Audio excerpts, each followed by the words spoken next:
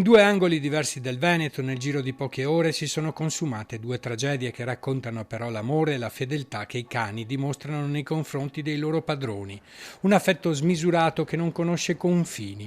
A Valdobbiadene, in un appartamento di via Roma, Luigi Daldin, 78 anni, è stato trovato senza vita nella sua abitazione. A lanciare l'allarme sono stati gli assistenti sociali del comune, preoccupati per il suo silenzio e impossibilitati ad accedere all'abitazione.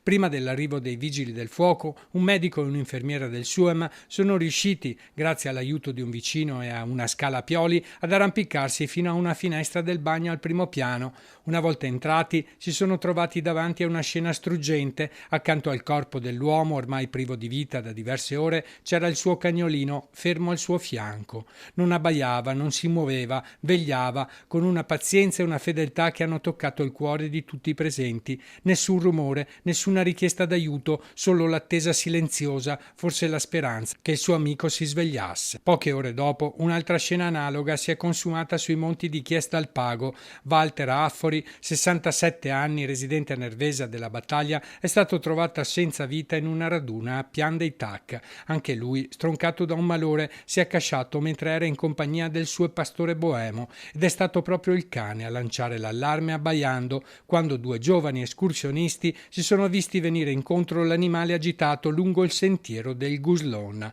Hanno intuito che qualcosa non andava. Il cane si è fermato, si è voltato e ha iniziato a camminare. Li ha condotti fin dove giaceva il corpo del suo padrone, vegliato da ore. Walter è stato per alcuni anni dipendente comunale a Spresiano. Intanto esprimo le mie condoglianze alla famiglia.